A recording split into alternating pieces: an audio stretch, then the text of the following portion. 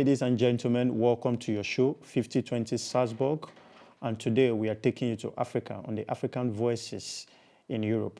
This talk show will be exploring unique and diverse experiences of Africans living in Europe. I am your host, Joshua Aighu, and it's my pleasure to guide you through the stories, challenges, and triumphs of our guests as they navigate their life away from their homeland. In today's globalized world, the African diaspora community continues to grow and make significant contributions to European society, culture, and economy. However, the journey of integration and adaptation is often filled with both opportunities and obstacles. Through this show, we will aim to share light on these experiences, dispel misconceptions, and celebrate the rich tapestry of African heritage thriving in Europe. Our show will feature in-depth interview, personal experiences, and insightful discussion with Africans who have made Europe their home. We will delve into the backgrounds, explore the cultural adjustments they had to make, and understand the impact of their presence in their adopted countries. Our first episode, we are honored to have Reverend Father Christian Edogamhe Egwakhide, a distinguished Nigerian Reverend Father, joining us to share his inspired journey and value insights from overcoming cultural challenges to make a meaningful impact in his community. Reverend Father Christian's story is one of resilience, faith, and dedication. So sit back, relax, as we take you through this entertaining journey as we bring you the voices of Africa on your number one show, Salzburg 5020, on your number one community television, FS1. Good morning. Yeah, good morning, my brother. Well done, well done. Yeah, thank you. So nice. We are honored to have you on this show this morning. Despite your busy schedule, we are so glad that you could make it all the way from Gast to Salzburg to honor our invitation. Yeah, thank you very much. I am very happy to be the first guest in this new show. Yeah. And when I was told that I'll be a guest in this show, I saw it as an honor. Okay. So I had to make out my time and make sure I am here today. Yeah, because time was my fear. When we were writing you the email of invitation, I was afraid of if you would definitely have time to come join us here. I had to travel 4 hours and some minutes to get here. And thank God I am here. Yeah, thank God you're welcome. Okay. Like you said, like I said before on the email we sent, we want to explore African voices in Europe because there are many untold stories about Africans. Because we cannot take away the fact that Africans have grown so big in the European society. And they are contributing to the culture, they are contributing to the economy, they are contributing to almost everything in Europe. But these voices are not heard. And this African Voices in Europe is a show and a platform where we want to talk about these things. We want people to know that the Africans are also doing very well in Europe, not just only in Africa they are from, but right here in Europe that you guys, we are also doing so very well. So once again, we are honored to have you here. Thank you very much. Straight to the point, we are going to start. We have a couple of questions that we are going to ask you, and you are going to share more lights on these things so people can have an idea, people can be educated as well, because the main purpose is for us to educate people and also entertain them. And thank God for FS1 that has given us this platform to take on such show. So first, we'll start by you telling us a little about yourself. Okay, I am Reverend Father Christian Edogamhe Egwakhide. When I was growing up, some people know me as Randy. And most of the people who knew me when I was still younger knew me as Randy. One guy they call Randy Boy. But thank God we are where we are today. Yeah. So I was born 1981. So I am presently 43 years old. And I was ordained to the Catholic priesthood on the 22nd of February 2014. And since then, I worked for almost 10 years in Nigeria, almost 9 years in Nigeria, not completely 9 years. I worked for 8 years and some months in Nigeria before I came to Europe. And since I came to Europe, I've been working here. And the work of God and the work of evangelization continues. Yeah. And that is a little story about you. Yeah. So you're from Nigeria? Yeah, I am from Nigeria. I am an Isako breed. Okay, because that was where I was going to. Because a lot of people see African, most people, when I talk to a lot of people, they see Africa as a country. Yeah. But they don't know that Africa is a continent and there are a lot of countries in. So when I say I am from Africa, I can actually say I am from Africa and I am from Nigeria. And I am a complete Aighu son. I am from Aighu in Uzairori. Okay. Isako West local government area of Edo State. Oh, okay. That means you are from Edo State. Yeah, thank you. Because I know that there are a lot of states in Nigeria. So what were your initial thoughts and feelings when you first arrived in Europe? Okay. The first time I came to Europe was in 2017. I came on holiday. And I still remember the joke I had with my friend. Then my friend was on holiday here, was on holiday in Italy, in Milan. And he told me the place was very cold, Reverend Father Israel Inaide. He told me the place was very cold, and I came 10 days after he has arrived for holiday. And when I got to the airport, I said, I called him and said, this place is not cold. You said this place is very cold. But this place is not cold. He said, where are you? I said, I am inside the airport. He said, please, can you open the door and come outside? So I just opened the door of the airport and I came outside. And the way I ran back to the airport was like, is anything wrong with this guy? But I ran back because the code I received was like, I asked him, who put this freezer outside in pidgin English in Nigeria? Who put freezer outside, this outside? I can relate. Yeah, but after then, I came back in 2019, and during my 2019 journey, I explored so many countries in Europe, and then I explored Austria too, in Vienna and a state they call Bogeland. Okay. And after that, I told myself, if I have the opportunity to come to Europe, I will come to this country. Yeah. And dreams do come true. Yeah. And thank God, here I am today in Austria. Here I am today in Europe. Oh, that's nice. That was a dream come true, actually. A dream come true. Yeah. So, how would you describe the cultural differences between African Nigerian, and Europe? Oh, it's very wide. Starting from the food. Okay. Yeah, when I arrived in October 2022, I discovered that these people were not speaking English. Okay. So I had to, in any way I could, to learn their language. So, and I didn't have any idea of German. I had a little idea before, but this little idea was not just enough for me to communicate with anybody. So that was the first challenge, was language. I had to try to navigate and to overcome this problem. Overcoming this problem was not easy. And I started a language class and did some classes, and I remember during the classes I had to tell them, how do you teach me a language I don't know with the language? You are teaching me a language I don't know with the language, and I wrote to the school. I wrote a letter to the school in English that you are teaching me a language I don't know with the language. I don't understand anything. I'm just like sitting in the class like a fool. The teacher will talk and talk and talk and talk, and sometimes they will ask us to do a class work.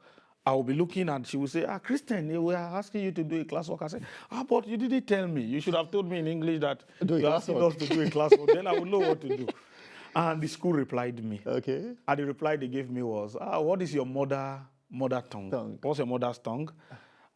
They replied they wrote, we are sure that your mother's tongue is not English. When you were learning English, did you learn English in your mother's tongue, or you learned English with English? English. So I said, I learned English with English. And they said, managed to learn Dutch with Dutch. That is serious. Thank God I am where I am today, and I have been able to learn Dutch, and I can speak Dutch, I can preach in Dutch, I can communicate in Dutch, I can say so many things, I do so many things in Dutch. In fact, now you cannot insult me in Dutch and I will tell you thank you. I am sure then one could insult me and I will say thank you to the you don't know the meaning. because I don't know the meaning. But now there is almost no word that you will see that I will not know. I will not have an idea of what you are talking about. So the first problem was language, and the second was food. Okay. Yeah. Yeah, I was in a place where I had to eat their food. We have a cook, and I have to eat what I am given, what is on the table. Yeah. And every day I go to the table, I see something new. It's always something new, something I've not seen before, something I've not taken before, something I've not eaten before. And I have to manage to eat with them. Yeah, very And another one was the way they hold their cutleries. Cutleries was not the way I knew in Nigeria. In Nigeria. So sometimes I am sipping what we call sipping, even drink. I am sipping. They are uncomfortable. We are always on the table together. They are all comfortable the way I'm sipping. But this is the life I'm used to in Nigeria. So I had to go through a level of reorientation. I had to learn how to handle bistec. You see, I'm already speaking German. So I had to learn how to handle cutleries. I had to learn how to drink water. I had to learn as if I was a little kid who was learning how to live life newly. Okay. And for the other Nigerians who came and they are in Nigeria, they are with Nigerians and they are with their people, it may not be difficult. But for them. But for me that came and I had to enter into the Oyibo society and fit into the Oyibo way of life. I have to fit into their way of life. In Nigeria, I was not wearing suit, but here I am. Oh, you are wearing suits. I am always on suit. So many things, the culture, the difference in culture, so many things changed in me. And I don't know if I want to say that I am grateful. Okay, I think I should say that I am grateful that I had this opportunity to learn. Okay. And right now, eating swallow is a problem for me. Yeah, eating your own Nigerian Eating my own Nigerian food because I have so gotten used to eating their food without pepper. Yeah. I've so gotten used to it that once you put pepper in my food now, it becomes a problem. You cost me trouble. Because in Africa, we are used to pepper. We are used to pepper. But now once you put pepper in my food, it costs me trouble. If I'm sleeping in the night, the pepper will be coming out from my nose. So sorry. So, I want to take you back to where you made mention that you wrote a letter to your school and they said that, did you learn English in your mother tongue? Yeah. I've never thought of that before. Because that is true, because the African mother tongue is not English. It's not English. And you were taught English with English. With English. So definitely they can also teach you German with German. So when they were teaching me Dutch with Dutch, it was not easy. It was not easy, but in fact, you had to learn it. Sometimes, so many times they would have insulted me in class. I would still tell them thank you. You say danke. I would still tell them danke because danke and choose were the first. Dictation. Dankeschön, choose were the first Java I had to learn. That you had to learn, because I think everybody have to learn that first. So what aspect of European culture have you found more interesting? Oh, yeah. I think when I was in Nigeria, I used to hear that Europe don't have food. And one thing I don't like about Europe is that they don't have food. They don't have good food. Yeah. But after spending some time in Europe, I discovered that, wonderful, beautiful. They have good food. So their food is my best. Their food. Yeah, I like their food. And sometimes I used to think, if I go back to Nigeria, how will I survive? How will you survive back to Nigeria now? Because I like their food now. And another aspect I like is I like the way they are intentional about their dressing. Okay, yeah. They are very intentional about their dress. They don't just go out. Yes. They go out, they are very intentional. You look at them, it may not, the cloth may not be expensive, but they are elegant in it. Then another aspect I like is how nobody takes himself so high than the other person. Yeah. I can call my boss by name. I can call anyone by name. Yeah. Nobody takes himself so high. Yeah. You put yourself so high there because you think you are a boss. Yeah. No, it's not here. And this is not the same with where you're coming from. Yeah, not the same at all. I remember greeting the bishop, bending down to greet the bishop when I newly came, and always bending down to greet him. And sometimes he looks very uncomfortable that I am bedded down to greet him. And somebody was there on a particular day, and I bed down to greet him, and he said, the bishop was not comfortable. And I said, how? Why? He said, no, you don't bed down to greet. You look, when the person is offering you a handshake, you don't bed down to take the handshake. You look at him eyeball to eyeball to take the handshake. And in Nigeria, when you look at your boss eyeball to eyeball, it's a problem. You are causing a big problem for yourself. It looks as if you are disrespectful. That is a different aspect of culture. Yeah. Here it is like this, that you are bending down to greet, you are doing something wrong. And there, that you are looking at your boss eyeball to eyeball, you are doing something wrong. Yeah, because that was supposed to be the next question. Okay. What were your cultural shock? Yeah, this when you got because you just mentioned one. Are there other cultural shocks? This was the very first one. Yeah. And the second one was coming to church to see that nobody cares about opening hair. Nobody cares about you wearing trousers. After church, we have Far Cafe where we drink coffee, sometimes beer and other drinks. But in Nigeria, this is not accepted. You are seen as a sinner when you venture into some of these things. This is another cultural shock. Culture I experienced. I already talked about the bestek, and that is the cutleries. Yeah, I already talked about the cutleries. Then I already talked about the language too. Like we learned something. We learned a word in school, gift. We learned gift. Yeah. Gift is gift. Okay. And gift is what you are given in English. Somebody, and here you now see that gift is the direct opposite. Okay.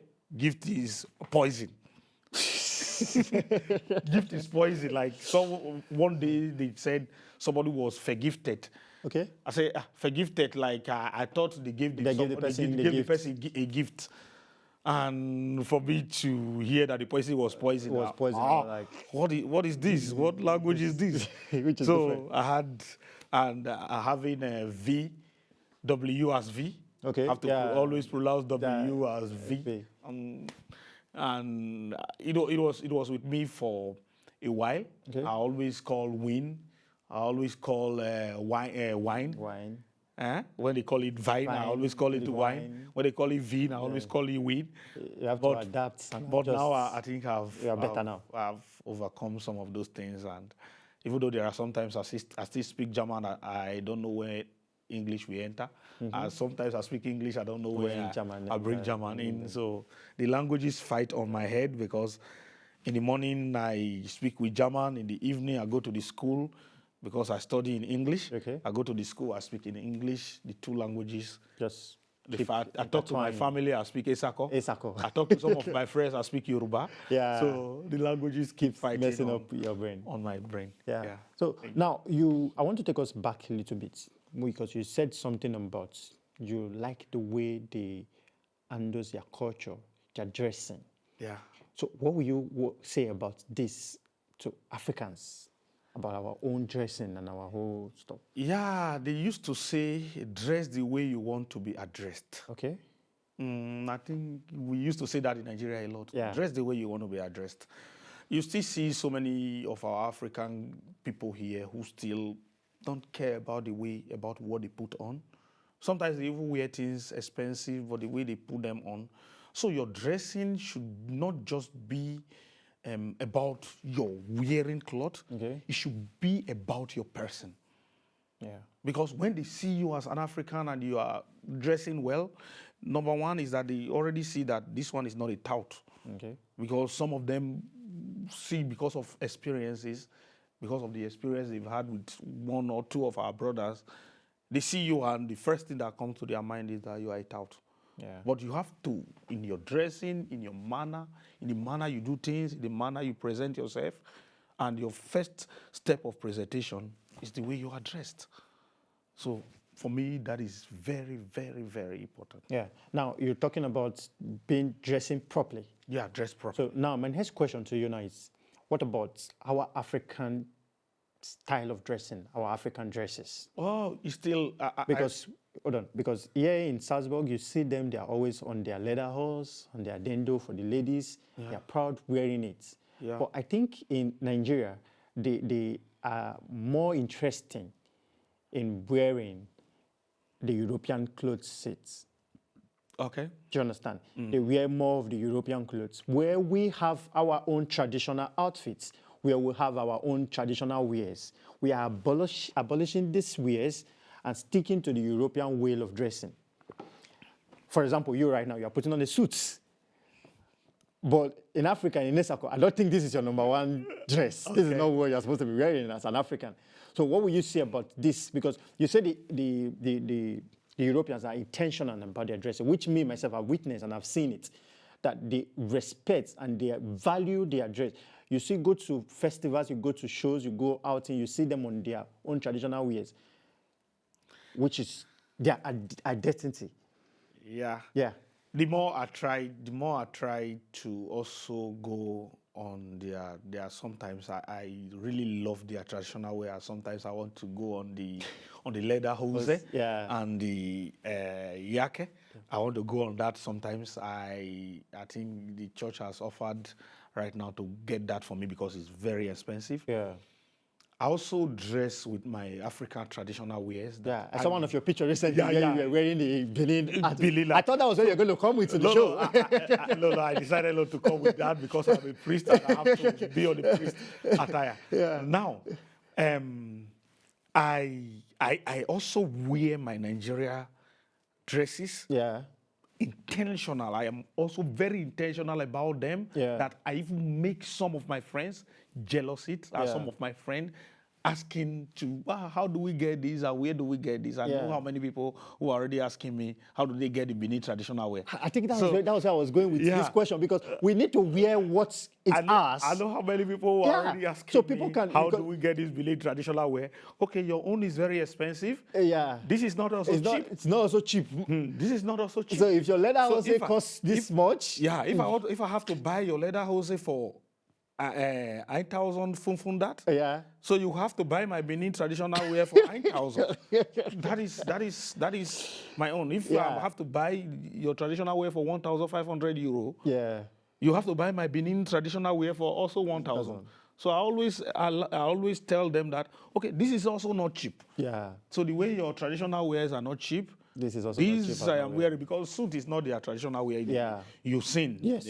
Most of the time, the Austrian traditional wear. Are not, I also like it, and they also wear it in the way that I like it. Yeah. And in the same way, I also wear my traditional wear, my traditional wear, for them to like it. And, they like it. Because I am intentional about it, there are so many of them who are also interested. So now I think the Africans should be intentional about their outfits. The way the Europeans are intentional about it. Don't just do things because you want to do them. I think that is a big mistake we make in Nigeria and in Africa. We just do things because it attacks my body, you do it. No, be intentional about whatever you do. Yeah, thank you so much. It's really nice. I think this is one thing I have learned from the Europeans. Yeah, whatever you do, very important. Be intentional. Yeah.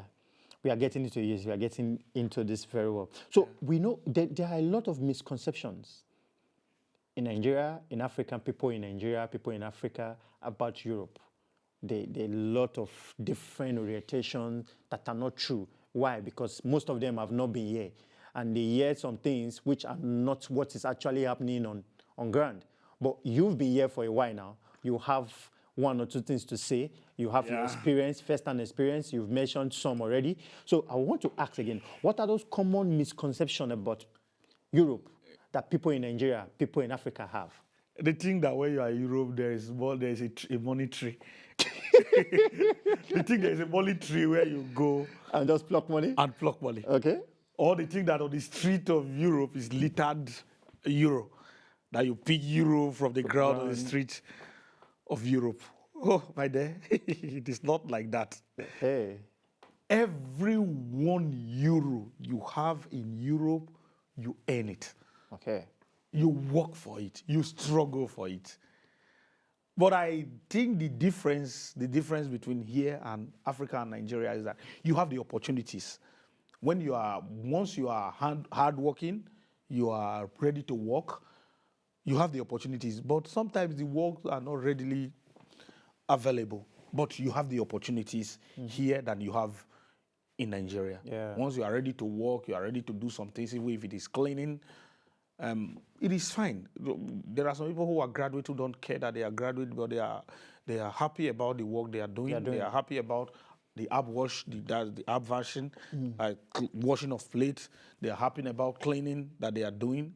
Even some Europeans, they are happy about it, even though they are graduates. So whatever you are doing, and I think that is one thing that is very, very important in Europe. Whatever you are doing that gives you money, be happy with it and do it well.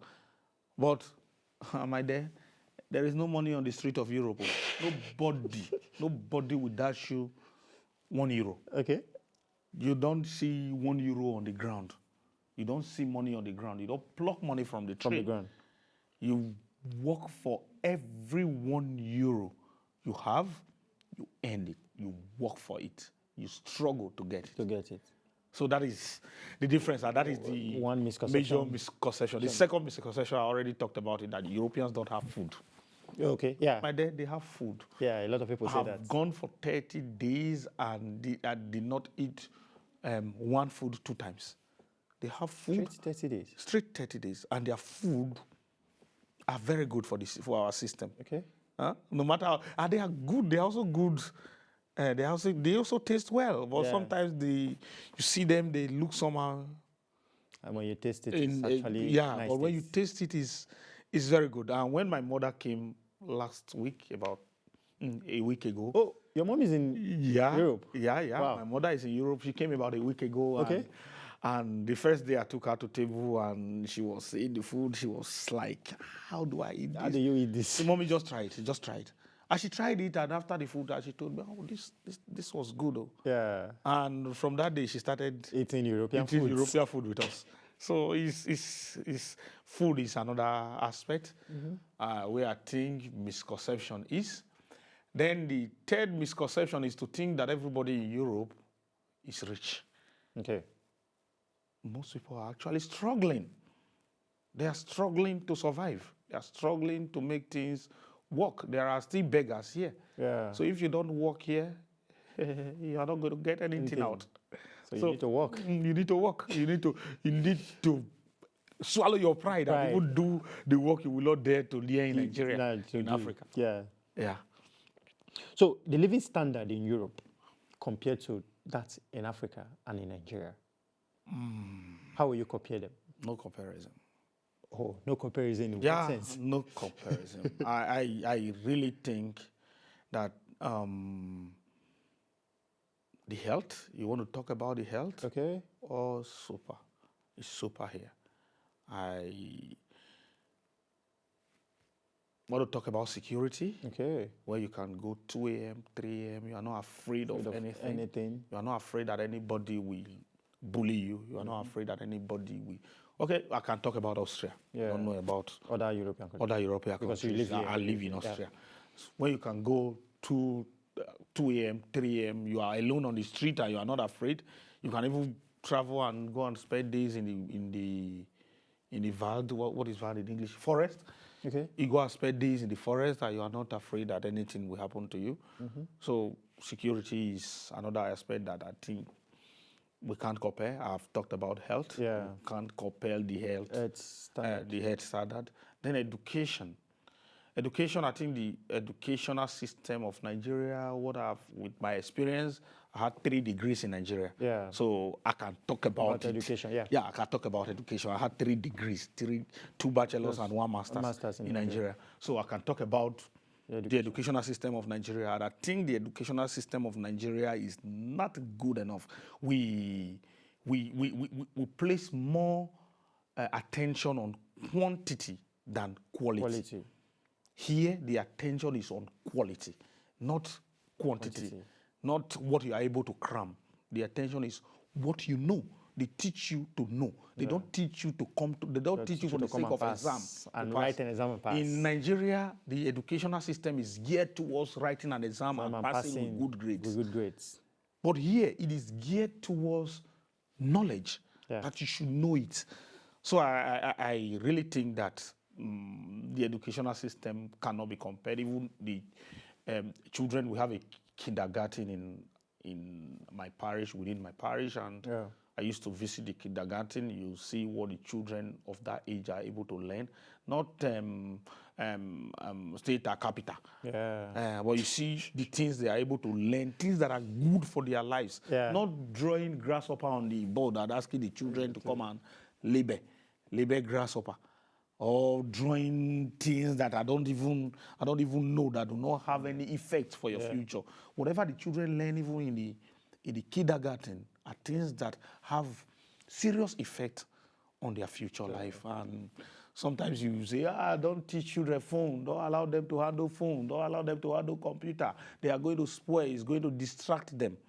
But you see here, from 6 years, every child is with phone, is with Android. They are controlled. Sorry. They are controlled, but they are still, they learn. But our children are far behind when you compare them with the children of their age that are in Europe. So why not, instead of saying, how do we are going to distract them with this, we are going to distract them with that, why not allow them to use this gadget and teach them how to use them rightly? You see, you are talking to some of our children, adolescents, they are using phone, they are talking to you. But here you see these children don't even come to the eating table with phones. They are already taught the right way to use it. To use the phone. They are already taught the right way to use it. They are already taught when they are supposed to use it and when they are not supposed to use it. I asked my friend, I said, in the class, do you see anybody coming out with phone during lectures? Their phones are in their bags. They don't come out with phone. It's time for a serious thing. It's time for a serious But when business. it's time for phone, they face phone, because they are already taught on the right way to use some of these things. But we are not taught. We leapfrog into everything. There is an economics, there's an economic term they call leapfrogging. You jump into it. So we leapfrog into almost everything. Now, most of the time, whatever you leapfrog into, you don't do it well. You just do it anyhow. And I think that's our greatest problem. This is another aspect that you cannot compare. Then transportation, that is even top notch in Europe. You don't even talk about it. You don't talk about it. No bad road. Not just that there are no bad roads. Public transportation is super. It's perfect. So the bus will come at the time it's supposed to come. The train will come at the time it's supposed to come. And you get to where you already have a calculation of time. That where these things are going to happen. You get to where you are going to at the right time. So don't let us talk more. There are numerous aspects. Many aspects about. You want to talk about. You want to talk about religion. If you say you are a Christian here, you are a Christian. You are not just a Christian by mouth. By mouth. But in our country, you have so many Christians. You have so many so-called Christians who are just churchgoers, who just go to church. So we have so many people who go to church, but we don't have real Christians. So, let's not talk about religion. Thank you. So let's remove religion. Let's drop religion, because let's talk about what we're talking about. So do you think the portrayal of European media to Africans, the films, their TV shows, their broadcast media, contributes to this misconception Africans have about Europe? I really think the media portray them in this glamorous way, in this high standard. That's why Africans think of them in that way. I really think the media has a big role to play in influencing the minds of people. They impress some things in your mind. The media impress some things in your mind. And these things they impress in your mind, you don't even know that you are internalizing them. You internalize them and live with them. So whether I think the media has a role to play in some of the conceptions we have about Europe, yes.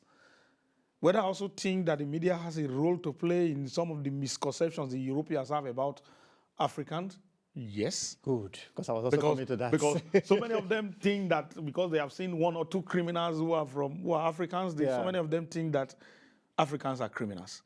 You can imagine somebody from Bosnia one time asked me, Christian, I like you, but I usually don't like black people. I said, why? He said, because so many black people as friends. And number one, I don't like to be called a black man. Yeah. You call me African. Yeah. So I have so many Africans as friends and who misbehave a lot. I say, okay.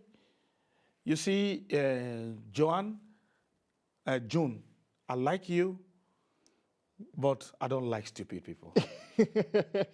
I don't like stupid people. Because I don't like stupid people, I like so many Europeans, but I don't like stupid people. He said, what do you mean? I said, because you are very stupid right now, and I don't like you because you are stupid. He said, what do you mean you are insulting me? I said, no, that is not an insult.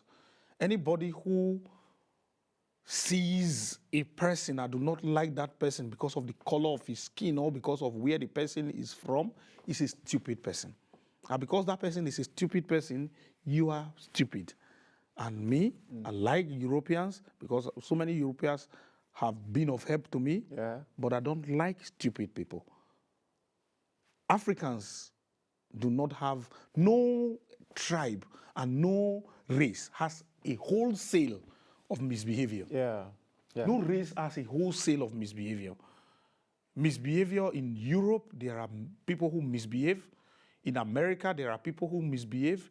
In Africa, there are people who misbehave. In Nigeria, there are people who misbehave. And in Europe, there are people who behave well. In Africa, there are people who behave well. In Europe, there are people who behave well. And in America, there are people who behave well. So misbehavior is not a wholesale of a particular race or a particular country or a particular tribe. You don't say the people from this tribe are like this. It's a sign of stupid education. Stereotyping. It's a stereotype. And once you have that stereotype, it shows that your education you had a false education. So I told him this and he felt so bad, but that was not my concern. So I told him what I needed to tell him, and I am sure he will not see an African another day and say, and you are an exception. No, I am not an exception. That I am behaving well does not make me an exception. Those who are behaving wrongly are the exceptions. In every culture, the ones who behave wrongly are the exceptions.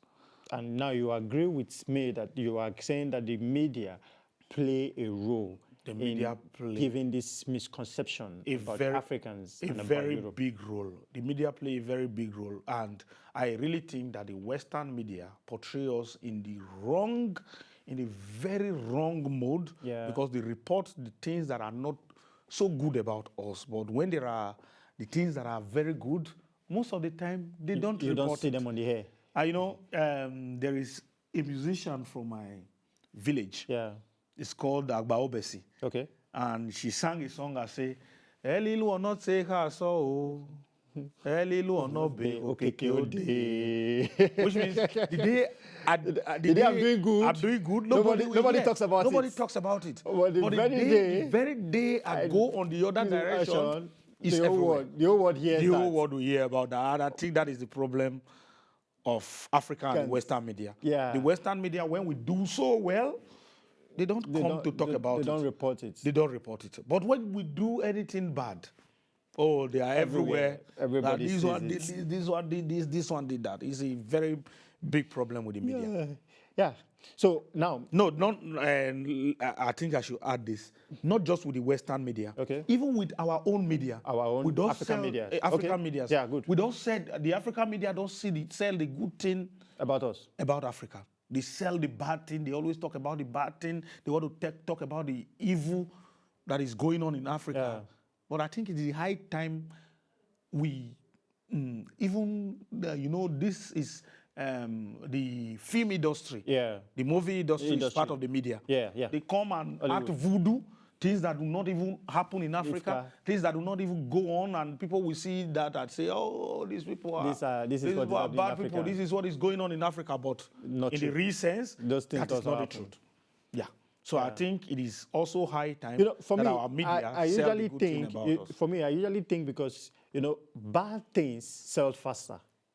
When you run a broadcast station or when you run in the media and you portray bad things. You bring bad things to her. People are interested to know what is happening when it's bad. That is what I say about the Westerners being intentional about anything. About themselves. Okay, good. Yeah.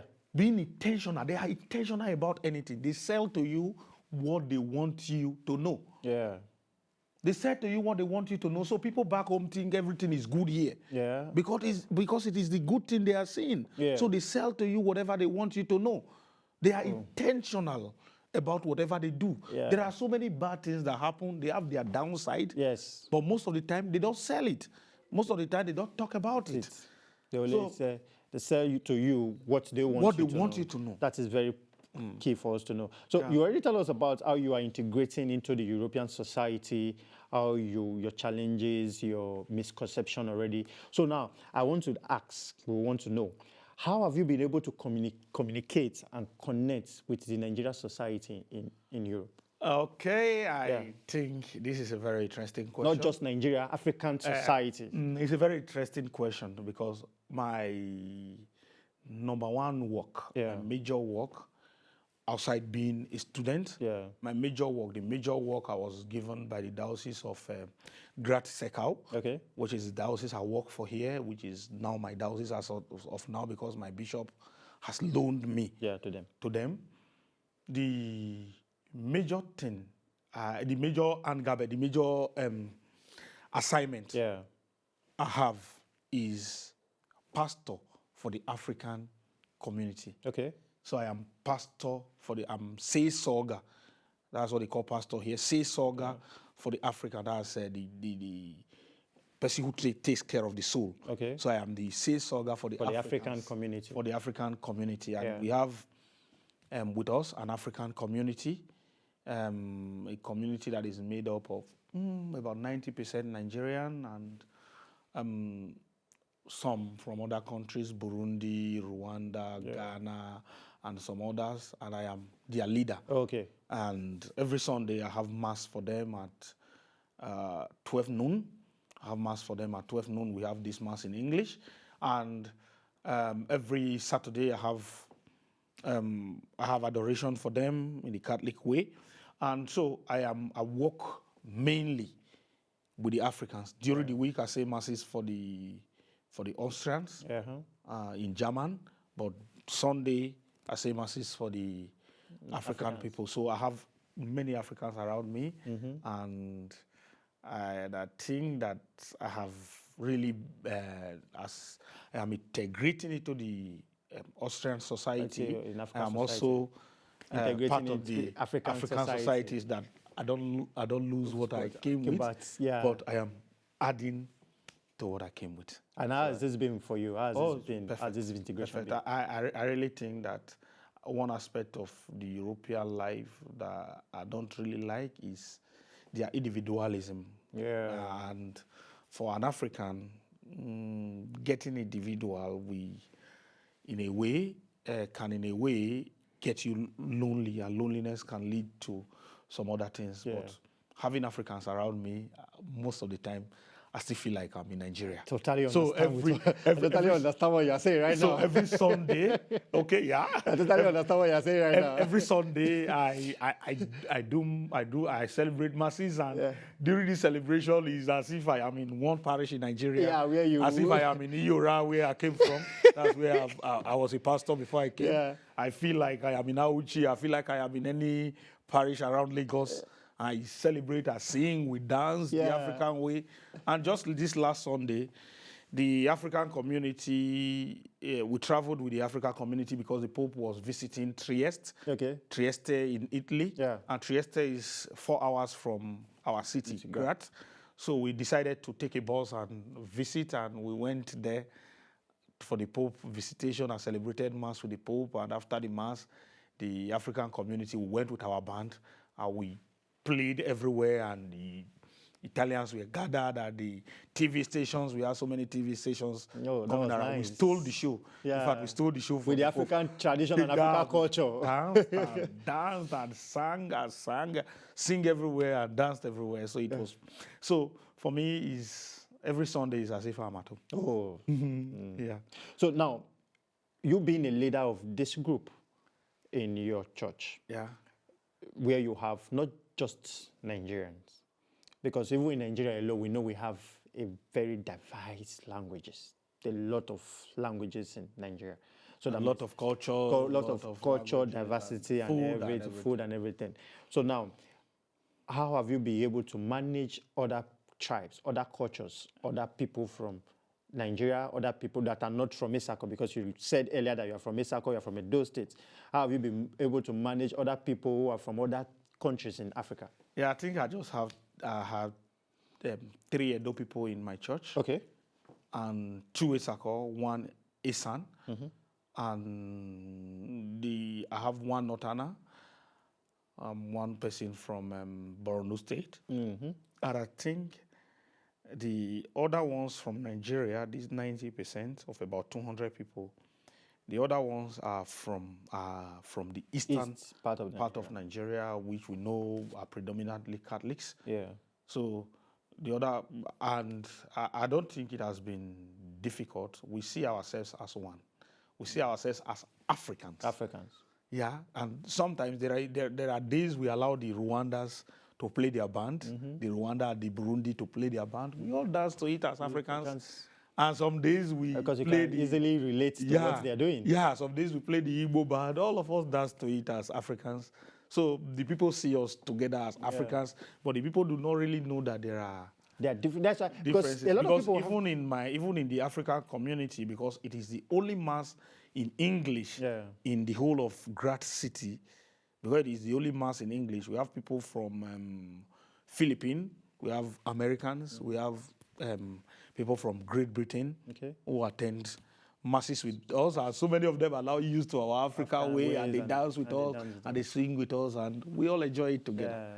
So I think managing the diversity has not been a problem. We are together, we are one. Have you also noticed the fact that when you walk on the street and you are seeing an African, a black person, and the next thing you are always we greet each other. Yeah, it's very important. Once I see somebody who is who has the same color with me, because I don't like to be called a black person. Once I see somebody who has the same color with me, the African color, I wave them, hello, hello. And sometimes we even stop to ask and say, oh, how are you? Where are you from? Where are you from? Some who don't understand English, you ask, where come and see. We talk about where the person is from, and we exchange pleasantries as Africans. And sometimes I tell them, okay, we have a church here, we are Africans, we come together to worship every Sunday. It is important, it is sweet, it is interesting, it is as if you are at home, because after every Mass, we gather together to drink. After every Mass, we gather together to drink and eat. Yeah, because I think that is one way of integration. Yeah, we gather together to drink, and easing off your stress after the whole week stress. Every Sunday, after the Mass, we gather together, we eat, we drink, we make noise. We make noise, you know, the Austria because in Africa, we like to celebrate. The Austria community where you are not allowed to make noise. Yeah. When in the night you are not even allowed to talk more than that your voice will disturb another person. But this Sunday, even though Sunday is a Rue tag, it's also a silence day. Yeah. But this silence day does not include the church. So once we are in the church, we use the opportunity to make noise. Because that is where you are coming from. So our Africanness. And there was a day police came to ask us, what is the problem? Are you quarreling? We said, no, we are not quarreling. We are just happy. We are enjoying life. We are happy. We are just celebrating ourselves. So it's really interesting being here, seriously. I can relate. I wish I could join you sometime in that your place. I will invite you, even though it's far. I hope to come. For you to come here, that means I will definitely come and join you one day. So what will you tell us now, your personal growth? How have you been able to grow personally with the opportunities here? Because you made mention of a lot of opportunities right here in Europe that are not in Africa, that are not in Nigeria. So your personal growth? Knowing that I am here to study, and I also have had the opportunity to work with them, so I know that I am not going to stay here forever. My bishop can make decision tomorrow and say, Christian, you have to come back home. Come back to Nigeria. I will have to go. So number one is, I think I am a different person from the person who came from You used to be. Nigeria. Yeah, I think I am a different person. So personal growth for me is very, very important. Intellectually, Relationship. human relation mainly. mainly. I think I relate better now. I think I trust people better now. Okay. I hope it doesn't affect me when I you go back to Nigeria. yeah, I think I trust people better now. I think I live better and relate with people better. And for me, that is an aspect that everybody needs to work on.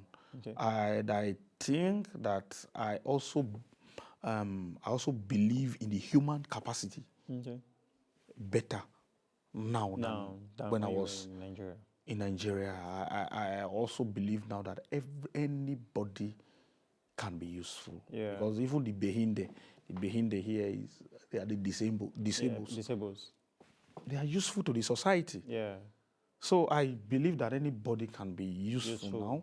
And I think humanly, I have really grown intellectually. I've grown. I've been able to attend the European conference where I presented a paper and presented a paper to the professors. And these are some of the opportunities that I will not have in Nigeria. Where I presented paper that was in May this year. I was in Bari. You just moved to my very next question. I was about to ask. I was supposed to ask for significant achievements or moments. I think this is one of them. Yeah, I think that I was part of those selected. Yeah. By the school. We were 3. Okay. And the school that I didn't want to apply when they brought the application out, about the HOD of my department called me. I was even in Nigeria. And he called me that there is this European conference that is going to take place, and the school wants some people to apply, and I think it is necessary you apply. So I applied, and I was told about 50 people applied, but they picked 3. That I was one of those they picked, and I was one of those who was to present a leading paper in Italy. In Italy, it was not just an Austria conference, it was a European conference. So I was able to present my paper, and the professors were happy. They were not in agreement with some of my points, which I stood on. Yeah, because I stood on those points, but they were not in agreement with it. But you don't have to, and everybody don't have to agree with you. Everybody has his own point of view. So that was my opinion, and I stood by it. And I think that is a significant achievement I have made here. And there are so many other things. There are some things I don't want to talk about. You don't want to talk about them? Yeah, there are so many other things. I totally understand. Yeah. So what has been your biggest challenge? Biggest challenge, I already talked about it. The first biggest challenge was language. Okay. Yeah. But once I was able to overcome that challenge of language, because German is a difficult language to learn. Yeah, even the Germans tell you, Deutsche Sprache, schwierige Sprache. That's Dutch language is a difficult language. So even the Germans even themselves are aware that it is difficult, even those who were born here. So, but that I was able to overcome that challenge, and I think that leveled every other challenge. That is a major challenge that you've been. So at this moment, I've made here home far from home. Okay.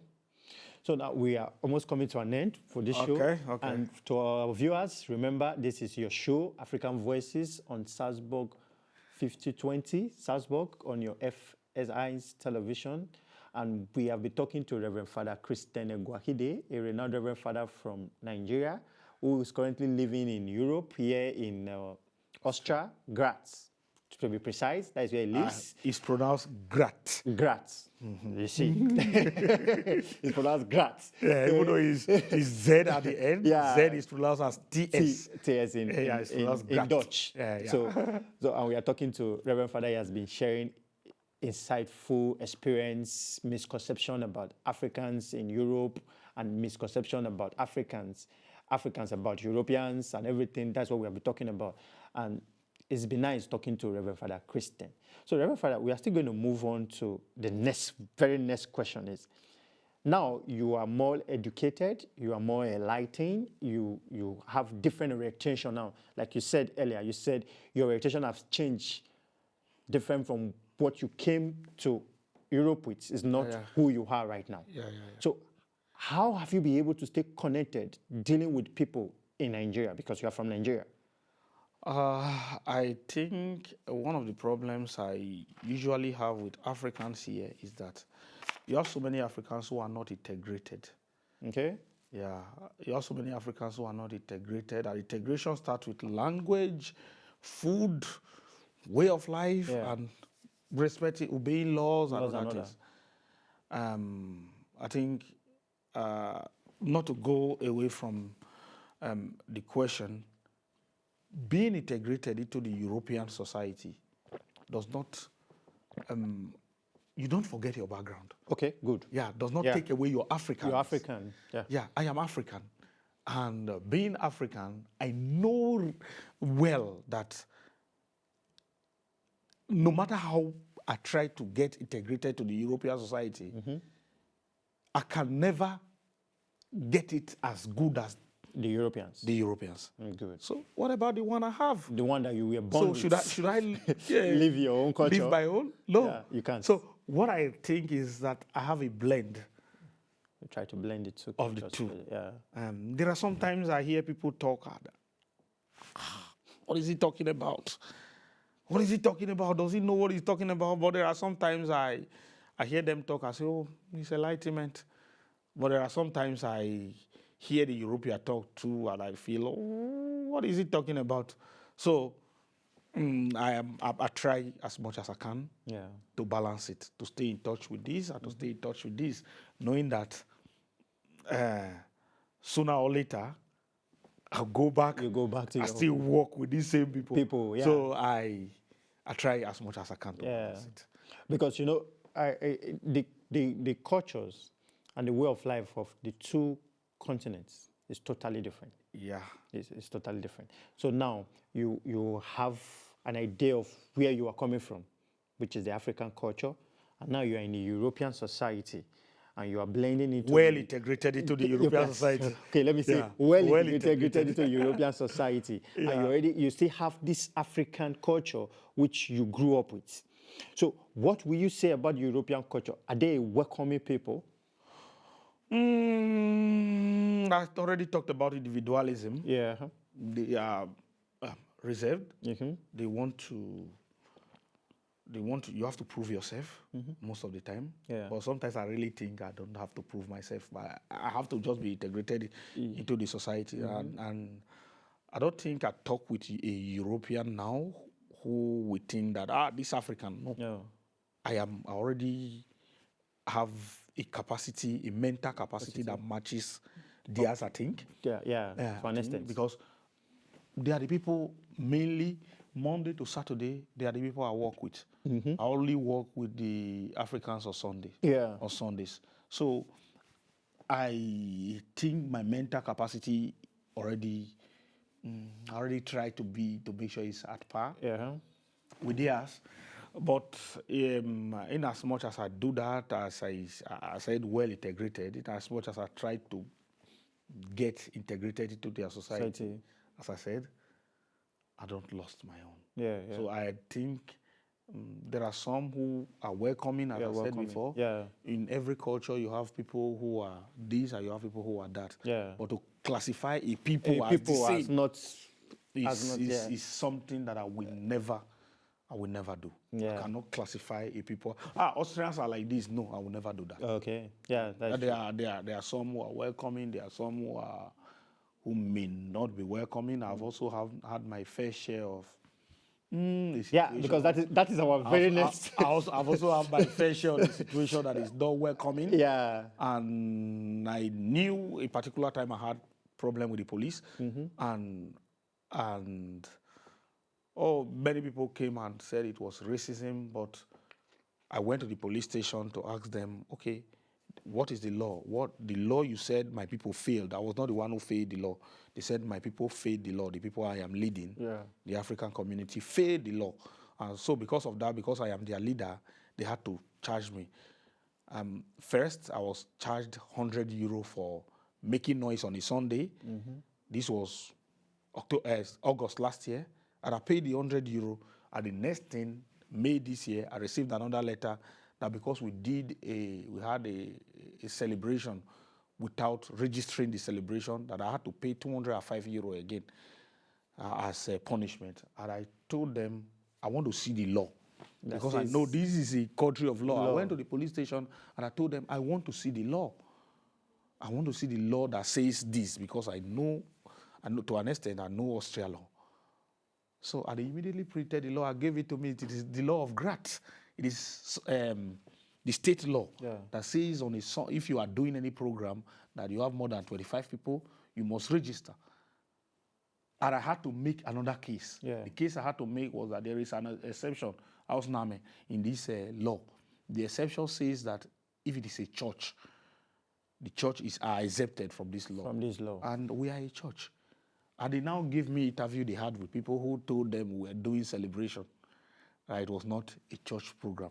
So at this moment, I couldn't do anything again. So I've had my fair share of people who didn't want to relate with me. I have celebrated Mass somewhere where somebody didn't want to take communion from me. So I've had my fair share of some of these biases and discriminations. But the biases is not something that is common to only Europeans. We have biases in our place too. Even from one tribe to another. We have biases. So, and these biases are some people who are not educated, some people who are not enlightened.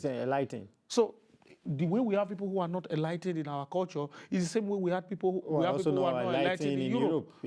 So for me, if you have 80% good, it is that is excellent. So for me, I think they have been welcoming. I think I have not had some aspect of their cultures that are intentionally woven against me. I think I've been given a fair hearing in everything. Even in this case I just spoke about, I went to the police station and the police were very hooflish. What's hooflish in English? They were very welcoming in the way they handled the case and the way they responded to me. Every question I asked, they gave me an answer. They give me an answer with evidence. So every question, they even had to show me the invitation card that the person who was doing this program printed. They showed me the invitation. I said, Father, will you still say that this was a church program? So at this moment, I was speechless because they had all their evidences on ground. So if they had all their evidences on ground, what do I do? Well, what do I say? So most of the things our people call racism, they are the ones who even go against the law. And this is a country that the law works. It's a country of law. So once you keep the law, when we're at the seminary, they will tell you, keep the seminary law keep the seminary laws, and the seminary will keep you. So I think it's the same thing with Europe. Keep European laws, and you are okay. You won't have problem with anybody. Don't go commit a crime, and when you are being punished for this crime, you start saying that it's racism. It's because I'm black. No, it's not because you're black. Of your color. It's because you went against the law, and the law is the law. It is like this. You have to face it. It's straight up. You have to face whatever you see.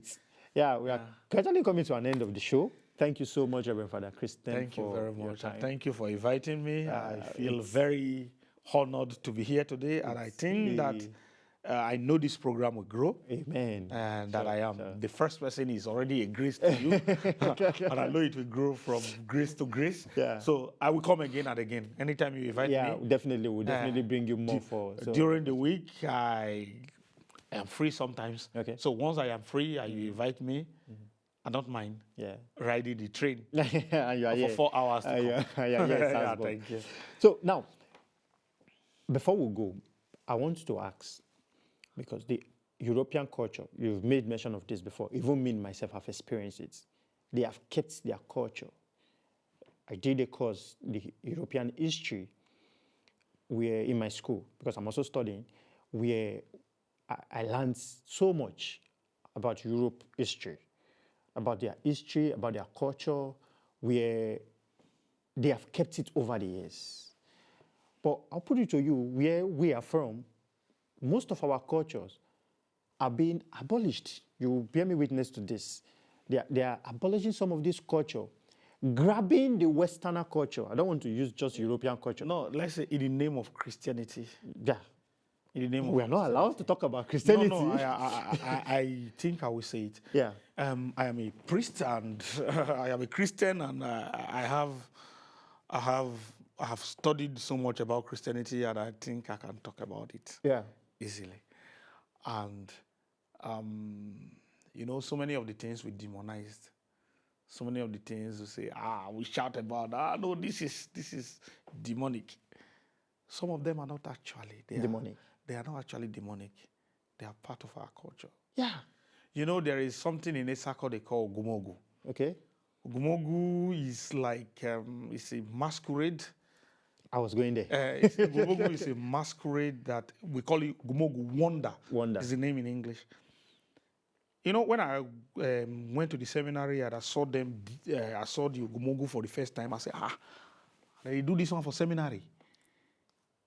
But, like, because in our place, we think it is, they use juju. Yeah, fetish. They use fetish to do this. To do these things. So, it got to a point that I was the one who was going to enter the wonder, who was going to dance with the wonder. So they taught me how to dance with the wonder, and I entered the wonder, and I discovered, when I was learning how to dance with the wonder, I entered the wonder and I discovered that this is actually wonder. I mean, this is actually wonder. There is not a fetish. There's no fetish power involved in it. I entered the wonder. I could return the cloth, and you would think there is no human being. Inside. But you learned it. Yeah, I learned it. You have to learn it. Return the cloth. The way I will reduce is there are springs inside. Yeah, inside. The way they are traditional spring, not Western spring. Oh. That our people had the idea to do some of these things. To create such things. Yeah, the way I will press something at the spring will reduce. I will say, this thing that was so tall, that was taller than an upstairs, just now is... It's now small. It's now small and cannot be... you would think there is somebody inside. So... it was actually a wonder, but they were actually things from the thinking of some of our people. Yeah. So there are so many things that are not, that we see, we call fetish, that are not fetish. There is the one we also call Aimi. Yeah, Aimi. Aimi. They dance Aimi in the seminary. At that Aimi, we used to think that they are dead people. But we had the costume and we danced these things. We danced these things. So many of these things now got used to me. Yeah. And in Catholic Church, we still have so many people, even in our Catholic Church, because it is worse with the other churches because they see, these things are evil. Evil. That should not be. Catholic Church, there are practice. There are rules in the Catholic Church that says you don't abolish the culture of a people. Every culture of a people that you see as good, try to build on it and Christianize it. Bring the Christian light to the culture of the people. This is the Catholic teaching. Yeah. But so many of our priests will not still do it.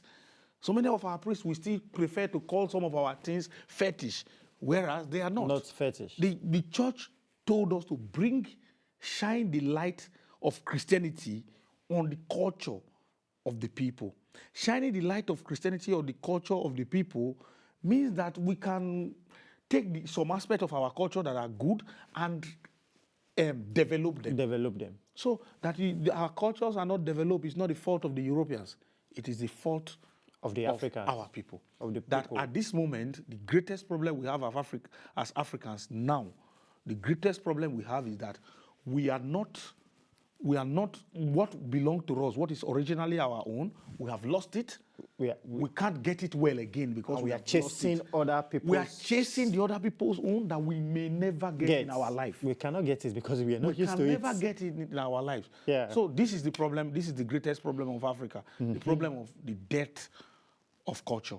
We have killed our culture to take another person's own, and this other person's own that you have taken is not favoring you, including our leadership system, the government system, the political systems. So if we want to talk about this, we can. So for now, do you think that we can revive this our culture? Do you think we can bring it back? It will be very difficult in a country where teaching of history is banned even in the school.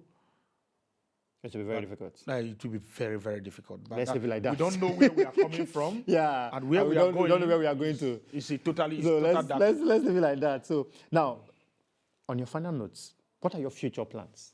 Because I know you've made mention of you studying. You've made mention of your bishop can call you and go back to African. What are your future plans? The future plan of a priest. A priest is not his own. Okay. So I am a priest. A priest is not his own. You have to fit into the plan of the church at any time. So anytime the church may have plans for you, you may have plans for yourself at the church. I have another plan. Have different plans. Sure.